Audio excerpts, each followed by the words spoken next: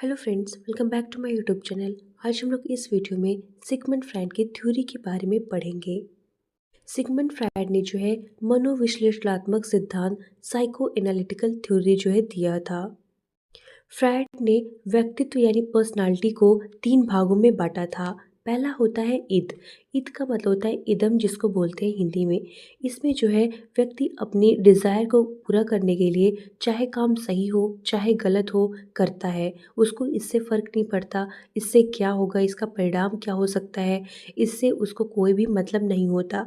जैसे कोई भी चोर है, चोरी करने जा रहा है, तो अगर उसे वो चोरी कर लेगा पैसे के लिए, चाहे उसको मर्डर ही करना पड़े, चाहे वो मार देगा, पर उसकी क्या होनी चाहिए, डिज़ायर जो है पूरी होनी चाहिए, यानी उसको पैसा जो है मिलना चाहिए।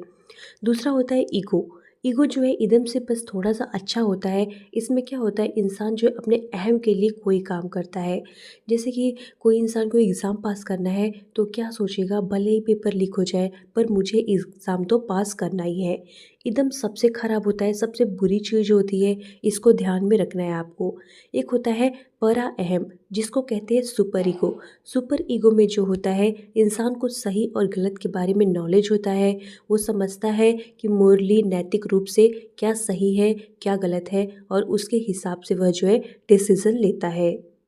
फ्रायड ने जो है मन को 3 टाइप में बताया। उन्होंने कहा एक होता है चेतन मन, जिसको कहते हैं कॉन्शियस माइंड। कॉन्शियस माइंड मतलब कि जो हम लोग चेतन में अपने ध्यान में रख कर करते हैं, उसको कहते हैं कॉन्शियस माइंड। एक होता है अर्ध चेतन मन, जिसको कहते हैं सब कॉन्शियस माइंड। और एक होता है अचेतन मन, जिसको कहते हैं अनकॉन्शियस माइंड। अनकॉन्शियस माइंड में क्या होती हैं, सारी जो है ख्याली पुलाव बनते रहते हैं। अनकॉन्शियस माइंड में ध्यान में रखना है। अब हम लोग फ्रायड की साइकोसेक्सुअल डेवलपमेंट बच्चे के अंदर कैसे होता है उसको समझेंगे। पहले होता है मुखी अवस्था, जिसको कहते हैं ओरल स्टेज। यह जन्म से 18 मंथ तक के बच्चे में होता है। इसमें बच्चा क्या करता है, होठ को जीभ के द्वारा चूस कर, या फिर हाथों को क्या करता है, उंगलियों को क्या करता है, ओठ से चूसता है, मुंह से चूसता है, ऐसे क्या करता है, सेक्सुअल डिज़ायर पाता है। दूसरा है गुदी अवस्था, जिसको कहते हैं एनल स्टेज। ये 2 से 3 वर्ष तक का होता है। इसमें बच्चा क्या करता है, टॉयलेट को और मलत्याग के को रोक कर इसका आनंद जो है प्राप्त करता है। तीसरी स्टेज होती है उत्तर लैंगिक अवस्था, जिसको कहते हैं फैलिक स्टेज, जो 4 से 6 मंथ के साल के बच्चे में जो है पाई जाती है। इसमें क्या होता है, लड़कियां जो है अपने पिता से ज़्यादा प्यार करती हैं और लड़के जो है अपनी माता से इस एज में ज़्यादा प्यार करते हैं। एक होता है ओडिपस कॉम्प्लेक्स। ओडिपस कॉम्प्लेक्स में क्या होता है, इसमें जो है लड़के माता से ज़्यादा प्यार करते हैं। तो ध्यान में रखना, ओडिपस में क्या होता है, लड़के माँ से ज़्यादा प्यार करते हैं। इलेक्ट्रा कॉम्प्लेक्स में क्या होता है कि जब लड़कियाँ पिता से ज़्यादा प्यार करती हैं तो उसको क्या कहते हैं, इलेक्ट्रा कॉम्प्लेक्स कहते हैं। चौथी अवस्था होती है सुप्तावस्था, जिसको कहते हैं लिटरेसी पीरियड, जो 7 से 11 साल तक के बच्चे में होता है। इसमें क्या होता है, बच्चा जो है अपने ध्यान को इधर उधर भटका देता है। मतलब कि वो क्या करता है, बस अपने सेम जेंडर के साथ रहना स्टार्ट कर देता है, और ये सारी बातों को क्या करता है, वो दबा लेता है, दमन कर लेता है। पांचवा होता है जननांगी अवस्था, जिसको कहते हैं जेनिटल स्टेज। ये 12 वर्ष तक के बच्चे में होता है। इसमें क्या होता है, विषमलिंगीय प्रेम जो है स्टार्ट हो जाता है। एक वर्ड आता है स्वमोह, नार्सिसिज्म। इसका मतलब होता है जब कोई इंसान खुद से ही बहुत प्यार करता है, खुद से ही ऑब्सेस्ड होता है, तो उसको क्या कहते हैं, नार्सिसिज्म जो है कहते हैं। अब लोग हम समझेंगे समायोजन क्या होता है, जिसको कहते हैं एडजस्टमेंट। एक होता है समायोजन, जिसको एडजस्टमेंट कहते हैं। एक होता है कुसमायोजन, जिसको माल एडजस्टमेंट कहते हैं। समायोजन में क्या होता है, कोई व्यक्ति परिस्थिति के अनुसार अपने आप को ढाल लेता है, उसी को जो है समायोजन कहते हैं, ताकि उसकी आवश्यकताओं की क्या हो सके, संतुष्टि जो है मिल सके उसको। जैसे कि कोई इंसान कहीं जा रहा है और ट्रेन में जा रहा है, वहाँ पे बहुत ज़्यादा भीड़ है, एग्ज़ाम देने जा रहा है, पर क्या है, बहुत भीड़ है, पर वो क्या कर लेता है, वहाँ पे खड़ा हो जाता है, क्योंकि उसकी आवश्यकता क्या है, एग्ज़ाम सेंटर तक पहुँचना, तो किसी तरह उसको पहुँचना होता है, इसलिए क्या करता है, वो एडजस्टमेंट करता है। दूसरा होता है कुसमायोजन, माल एडजस्टमेंट। यदि कोई व्यक्ति वातावरण में अपनी आवश्यकताओं की पूर्ति नहीं कर पाता तो उसको कहते हैं कुसमायोजन। जैसे कि ट्रेन में बहुत ज़्यादा भीड़ है, बहुत ही ज़्यादा भीड़ है, तो इंसान अगर नहीं जा पाया तो क्या हो जाएगा, वहाँ पे कुसमायोजन हो जाएगा, क्योंकि वह परीक्षा सेंटर तक तो पहुँच नहीं पाया ना, तो वह कुसमायोजन हो जाएगा। पहला समायोजन समझ गए आप, कि जो क्या करता है, परिस्थिति के अनुसार खुद को ढाल लेता है, खड़ा होकर ट्रेन में चला गया और एग्ज़ाम सेंटर तक पहुँच गया, तो ये क्या हो गया, समायोजन हो गया। यही कुसमायोजन में क्या होगा, कि जैसे कि मान लो कोई ट्रेन में बहुत भीड़ है, पर वो देख लिया कि बहुत भीड़ है, तो वो कहेगा अरे छोड़ो नहीं जाऊँगा, तो ये क्या हो जाएगा, कुसमायोजन हो जाएगा। अब हम लोग समझते हैं कुसमायोजन यानी माल एडजस्टमेंट के तत्व क्या होते हैं। पहला होता है स्ट्रेस। इसकी वजह से जो है स्ट्रेस आता है। जब व्यक्ति वातावरण और मांग के अनुरूप कार्य को क्या करता है, नहीं कर पाता है, तो क्या हो जाता, तनाव में आ जाता है। जो जैसे कि वो एग्ज़ाम में नहीं जा पाया, तो क्या करेगा, वो उसको टेंशन हो जाएगी ना कि अरे छोड़ दिया पेपर, एग्ज़ाम में तो नहीं जा पाया। दूसरा होता है दबाव, कंप्रेशन। दबाव प्रतियोगिता के कारण होता है, जैसे आत्मसम्मान के लिए दबाव हो गया। वो क्या करेगा कि अरे मतलब ये सारे बच्चे दे दिए, किसी का सिलेक्शन हो गया, अब तो क्या उसके ऊपर क्या हो जाएगा, आत्मसम्मान की कमी उसके अंदर आ जाएगी।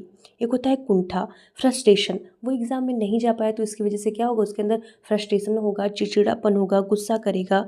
एक होता है कॉन्फ्लिक्ट। वो क्या करेगा, अपने मन ही मन में सोचेगा कि क्यों नहीं गया मैं देने, मुझे जाना चाहिए था। तो ये कॉन्फ्लिक्ट हो जाएगा उसके मन के अंदर।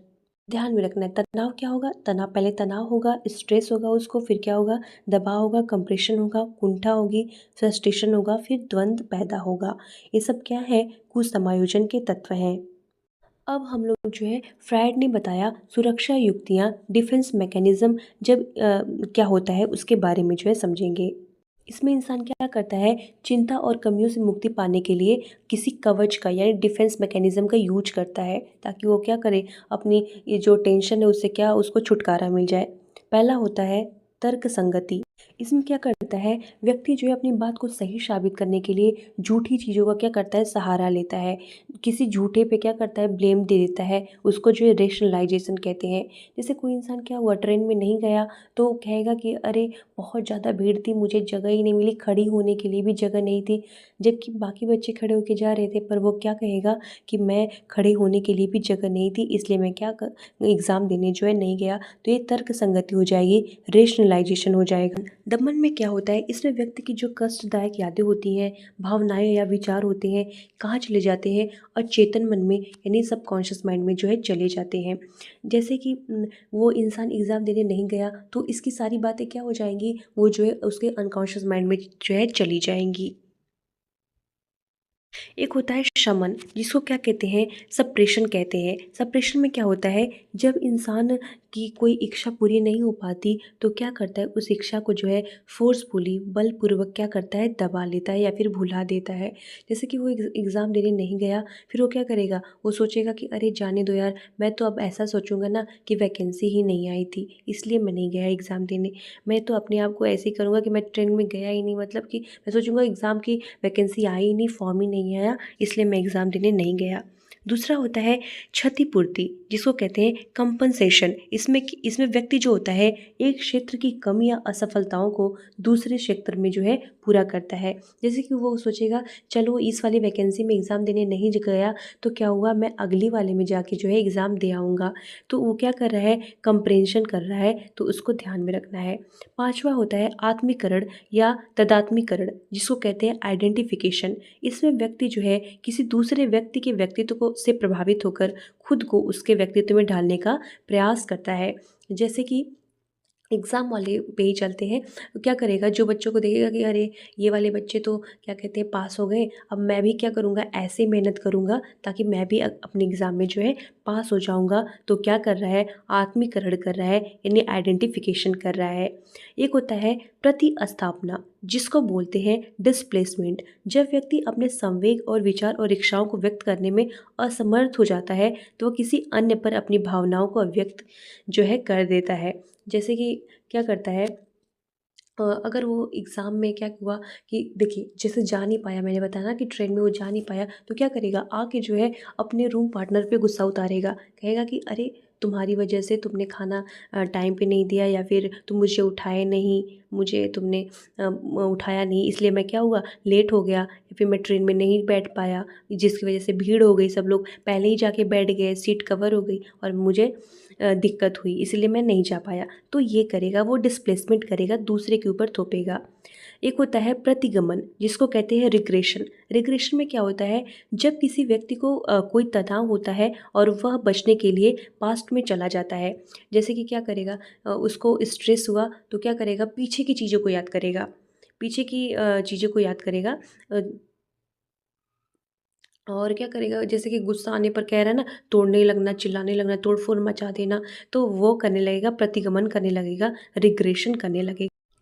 नेक्स्ट है उद्दीलीकरण, जिसको कहते हैं सब्लिमेशन। इसको समझेंगे। इसमें क्या होता है, इसमें व्यक्ति अपनी अनैतिक इच्छाओं को प्रेरणा की संतुष्टि समाज के उद्देश्यों के अनुसार करता है। जैसे कि वो एग्ज़ाम नहीं दे पाया तो फिर क्या कहेगा, उसके अंदर गुस्सा आ गई, अरे छोड़ो, एग्ज़ाम दूंगा ही नहीं, अब क्या करूँगा मैं जाके जो है कोई काम करूँगा, मजदूरी करूँगा। तो इसमें समाज भी क्या है, सहमत है, चलो ठीक है, तुम जाके नौकरी करना। तो अपनी इच्छाओं को दबा दिया और क्या किया, ये मैं अनैतिकता तो नहीं है, पर क्या कहेंगे वो, मान लो एग्ज़ाम छोड़ दिया, पढ़ाई छोड़ दिया और जाके क्या करने लगा, कमाने लगा। तो ये क्या हो जाएगा, सब्लिमेशन हो जाएगा। आई होप आप लोग को अच्छे समझ में आ गया होगा। Thanks for watching.